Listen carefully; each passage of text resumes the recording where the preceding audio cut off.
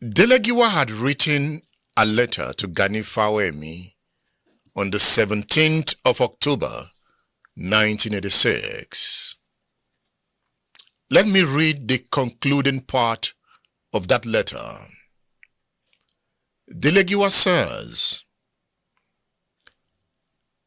I am sure you will agree with me, that is, Gani will agree with him, as his lawyer, that the allegations brought against him by the DMI and the SSS were grave accusations or allegations of which I must do all things possible to clear my name and disabuse the mind of the authority in this country that I, Dele Giwa, would be linked to something as asinine and dangerous as to plan with people to curse social unrest and thus to go as dangerously far as to hold discussions with unknown people on the possibility of importing arms into the country. I ask you in the name of God to take up the concern expressed above with the SSS and the federal military government. Thanks for your usual cooperation. Yours sincerely, Dele Giwa, Editor-in-Chief and Chief Executive of Newswatch. That is the concluding part of Dele Giwa's letter to his lawyer, Gani Fawehinmi.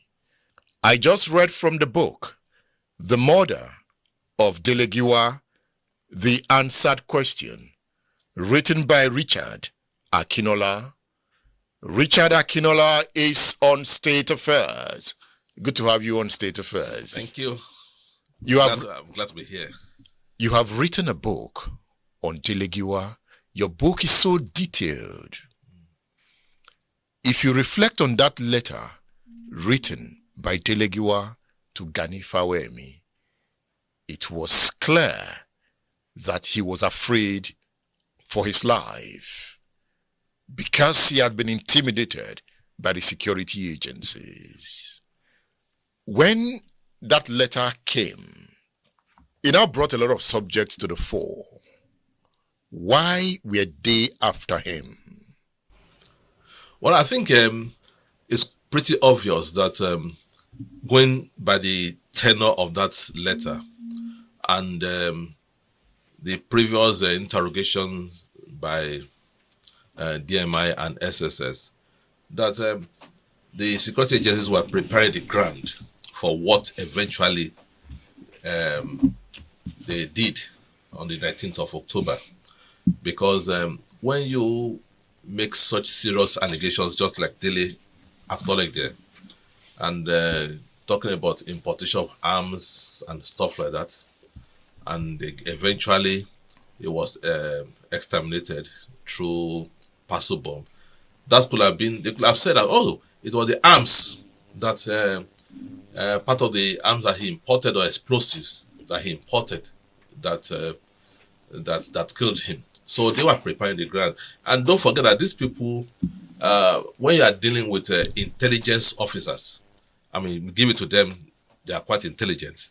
But sometimes, in no matter how brilliant you are, whether as an FBI operative, CIA operative, KGB, whatever, or Mossad, there is always a loophole, one way or the other.